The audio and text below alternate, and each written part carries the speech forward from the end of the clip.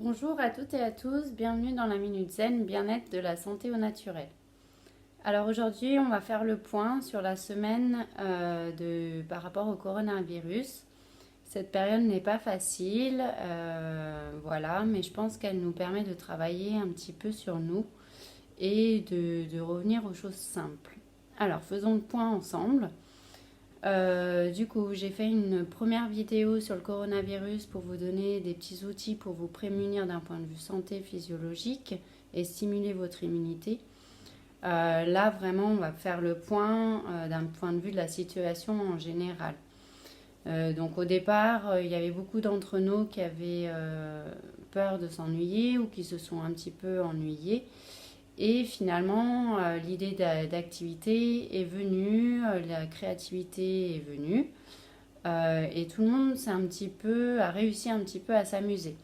Alors, à quoi je pense exactement? Aux petites blagues qui ont circulé sur les réseaux sociaux, ça fait du bien, ça fait sourire, et ça permet de prendre du recul par rapport à cette situation qui est un petit peu difficile. Alors bien sûr, ça n'enlève en rien le sérieux de la situation, où on est tous avec les soignants et les malades, où on leur souhaite bon courage aussi et où il y a de la solidarité qui se met en place. Donc voilà, cette période n'est pas facile pour eux, elle n'est pas facile pour nous non plus, mais d'une autre manière. Du coup, pour revenir au point de vue positif sur cette situation, donc voilà, il y a pas mal de personnes qui ont réussi à faire des activités.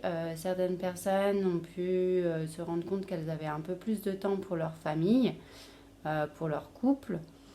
Ça fait du bien de se retrouver avec soi, de se retrouver avec sa famille. Alors qu'on court un petit peu tous les jours, hein. On court pour le travail, on court pour les courses, on court pour les activités, pour le sport, pour aller dormir. Donc en fait, finalement, on court tout le temps. Et on n'a pas assez de temps. Donc là, on va profiter de notre temps pour pouvoir prendre soin de soi, pour prendre soin des autres, des personnes autour de nous. Et on voit qu'on a plus de temps d'écoute aussi par rapport aux personnes autour de nous. Moi, par exemple, aussi dans mon quotidien, j'ai pu voir que, bah voilà, je me suis aussi posée un petit peu. J'ai pris contact avec des amis avec qui je n'avais pas de nouvelles depuis un petit bon bout de temps. Ça fait du bien, j'ai pris du temps pour parler avec eux, pour parler avec d'autres personnes aussi, où d'habitude j'écourte un petit peu la discussion. Là, c'est vrai que de prendre le temps, d'avoir le temps, de prendre le temps, ça fait du bien. Voilà, pour ce côté un petit peu plus social, ce lien avec les autres, cette solidarité. On peut aussi se rendre compte que d'un point de vue écologique, ça fait du bien à la planète aussi. Si ça fait du bien à la planète, ça nous fait du bien aussi, bien sûr. Mais moi, par exemple, j'ouvre mes fenêtres, j'entends les petits oiseaux chanter, donc c'est chouette, même si d'habitude je les entends aussi chanter, mais peut-être un petit peu moins. Je vois là un ciel bleu, alors que d'habitude le ciel est couvert par des traces d'avions de partout. Alors quand il fait beau, c'est chouette d'avoir un ciel juste bleu. Voilà, donc d'un point de vue écolo, voilà, la nature reprend ses droits et ça fait plaisir de voir ça et de prendre le temps de le voir et de l'apprécier. Voilà, par ses odeurs, ses couleurs, et juste d'être dans la nature. Alors d'ailleurs, il y a des personnes qui se sont trouvées la main verte et qui ont pu prendre du temps pour jardiner, mais aussi pour regarder des films, pour lire des livres qu'ils n'avaient pas lus depuis longtemps ou qui restaient sur la to-do list, to-do lire, je ne sais pas si on peut dire comme ça. Voilà, qui ont commencé à faire des cosmétiques ou qui ont fait leurs produits naturels pour le nettoyage. Vous pouvez voir d'autres vidéos que j'ai pu faire sur le sujet. Qui ont fait aussi des activités manuelles, qui ont dessiné, qui ont joué d'instruments, qui ont cuisiné. Et ça, c'est une très bonne chose en naturopathie, de cuisiner, de rechercher des nouvelles recettes.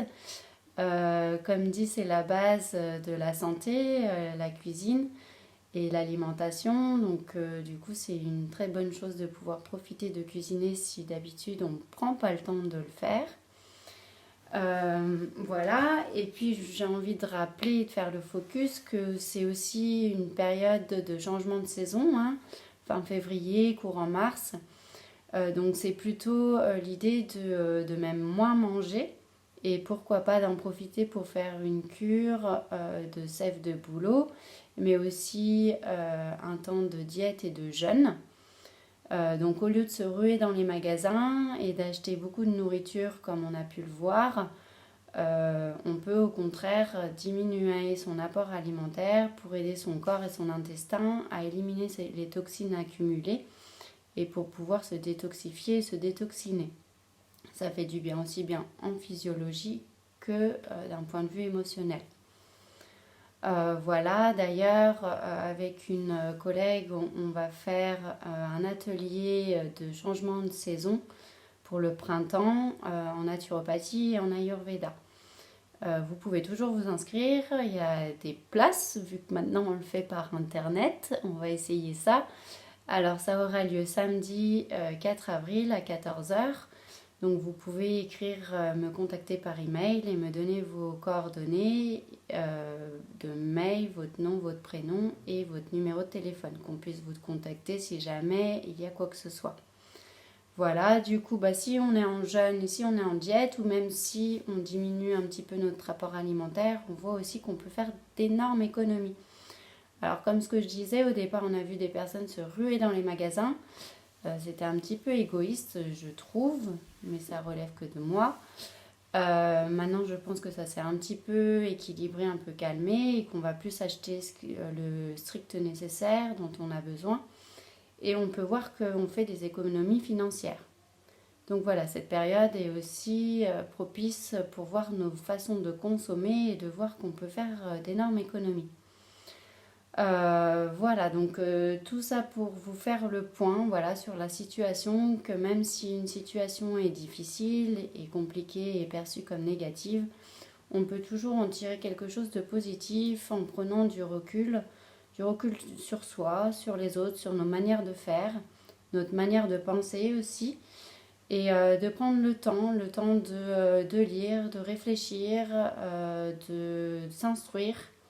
C'est très important, plutôt que de toujours écouter ce qu'on nous dit, ce qu'on nous fait croire, d'exercer un petit peu notre esprit critique et de savoir qu'est-ce qu'on pense nous réellement, qu'est-ce qui est intuitif pour nous, et de pouvoir prendre du temps pour s'informer et faire des petites recherches par rapport à des sujets qui sont importants pour nous. Voilà, écoutez, je pense que j'ai fait le tour sur la question. Si vous avez aimé cette vidéo, n'hésitez pas à liker.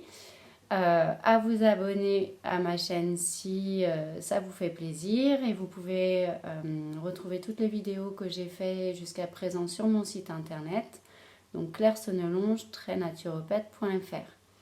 Voilà, et je vous dis à bientôt. Au revoir.